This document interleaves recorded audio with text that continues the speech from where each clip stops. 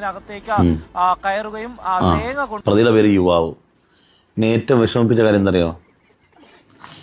ഇതിനകത്ത് പിടിക്കപ്പെട്ട പ്രതിയുണ്ടല്ലോ, ഈ ജുവാവ്. ഈ ജുവാവിന് ജുവാവെന്ന് പേര് വരാനുള്ള കാരണം എന്തറിയോ? പ്രസവിച്ച സമയത്ത് അമ്മക്ക് തീരെ സുഖമില്ല, അച്ഛനാണെങ്കിൽ വായുവിൻ്റെ അസുഖം, ഭയങ്കര ഗ്യാസ്. അത് ചക്ക വ്യാപകമായിട്ടുള്ള സമയമാണ്. അത് ഗ്യാസ് കയറിയിട്ട് രണ്ടുപേർക്കും ആ കൊച്ചിനൊരു പേരിടാൻ പറ്റിയില്ല. ഈ ഗുരുമന്ദിരം തകർത്ത ജുവാവിൻ്റെ പേര് ജുവാവ് എന്ന് തന്നെയാണ്. അദ്ദേഹത്തിന് മറ്റൊരു പേരില്ല. സങ്കടകരമായ ഒരു അവസ്ഥയാണ്. ഇത്തരം വാർത്തകൾ കേൾക്കുമ്പോൾ ഒരു നിമിഷം നമ്മുടെ മക്കളെ ഓർത്ത് നമ്മൾ അഭിമാനിക്കും. നമ്മുടെ മക്കൾക്ക് പേരുണ്ടല്ലോ, ഇതിന് ജുവാവെന്ന് മാത്രമേ പേരുള്ളൂ. പക്ഷേ ഇതിന് മുമ്പൊരു ജുവാവ് ഗുരുമന്ദിരം തകർത്തിട്ടുണ്ട്.